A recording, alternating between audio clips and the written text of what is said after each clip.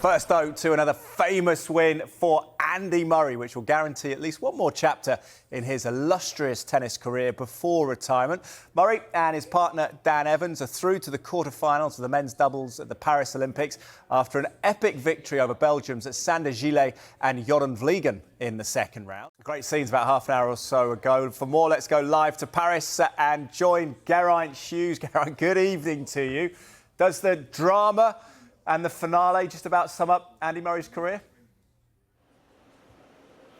That was extraordinary to watch inside Roland Garros. The Suzanne Lenglen court, which is just over to my right, was there. Wasn't full, but it was pretty well populated with British fans who roared on Dan Evans and Andy Murray to the absolute hilt. And goodness me, they put people through the ringer, don't they? In the first round game, they snatched victory from the jaws of defeat. Tie breaks here, there and everywhere, and a match tie break. We had another one of those today, and it just was swinging on a pendulum. It was all over the place. You just did not know which way it was going.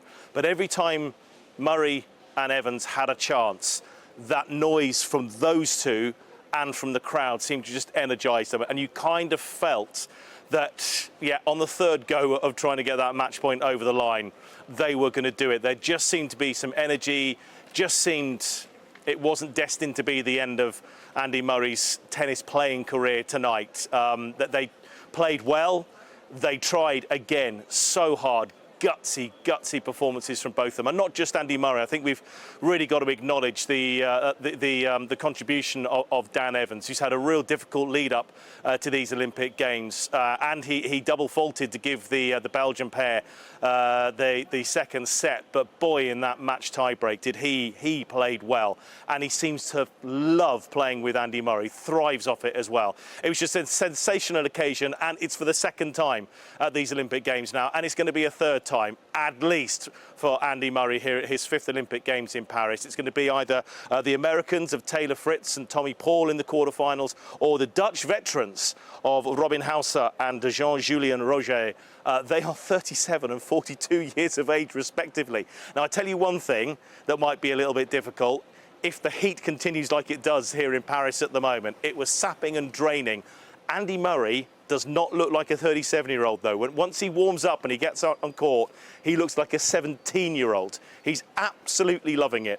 Incredible celebrations at the end, as you would imagine. But 10, 15 minutes after the match had finished, he was still on court, celebrating, signing autographs. He doesn't want to go. He doesn't want to leave Paris. He doesn't want to leave the Olympics. And he certainly doesn't want his tennis playing career to end just yet.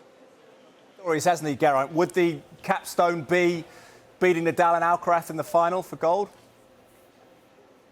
That would be something, wouldn't it? Nadal Alcaraz against Murray and Evans. Wow, what a matchup that would be. And yeah, I think there's a feeling now that Murray's gone deep into the tournament with Dan Evans, that anything could happen. They clearly don't know how to lose, which is a wonderful thing to have in any sport. Doesn't matter if it's tennis, football, whatever. They don't know how to lose, even when they're on the precipice. They've got this nerve which they hold, and then they've got that hunger, desire, grittiness just to keep on going. So who knows how deep they can do? We've run through who they could possibly get in the quarterfinals. Let's go to game at a time. But wouldn't that be an occasion? Because Nadal and Alcaraz were on court Suzanne Lenglen just the game before, match before, I beg your pardon. Murray and Evans came on. Absolutely rammed in there for that one. It was earlier in the day. This is late at night here in Paris. Well, we've just gone 11 o'clock at night here, and there's a thunderstorm warning just about on its way into Paris, which we reckon is going to happen in the next half an hour or so. So a lot of people have kind of scattered to get away, but what an incredible occasion that would be. But I think just in the moment, Andy Murray is just living in the moment. The mere fact that he stayed on court for so long after the match, just to take in the atmosphere, take in the floodlights, everything, the adoration of the crowd that stayed behind as well. And he just loved just being there, talking to people, signing their autographs as well. I think that gives you some sense of just how much he loves this game. It's not a question. He said in an interview with us last week, didn't he? He'd now got it in his mind that he was ready to retire. but not just yet. And he knows this is the last one, and he just wants to keep on going and enjoy every last minute of it. Great story. Let's hope it continues, Geraint. Thank you very much. Good night. Great Britain have the first swimming gold of the Games. Quartet of Matt Richards, James Guy, Tom Dean and Duncan Scott won the 4x200 metres freestyle relay, just as they did in Tokyo 3 years ago. Nathan Hales won gold for Great Britain in the men's trap shooting at his first Olympic Games. Hales set a new Olympic record on his way to gold, hitting 48 out of 50 shots to finish 5 clear of second place. This was Britain's first gold in the men's trap since 1968. Ireland to have their first gold medal of the Games. Swimmer Daniel Wiffen won a thrilling 800 metres freestyle final. The 23-year-old burst through in the final 50 metres to set an Olympic record time of 7 minutes 38 seconds at 0.19. He's the first athlete from Northern Ireland to win gold since 1988. Success comes after Mona McSharry won bronze for Ireland in the women's 100 metres breaststroke. Simone Biles inspired the United States to victory in the women's team gymnastics. It's her 5th Olympic gold, making her the most decorated American gymnast in Olympics history. Well, Biles was already the most decorated gymnast of all time coming into the Paris Games. After tonight, though, she now has won a whopping 38 medals at Olympics and World Championships, with 28 of them being golds.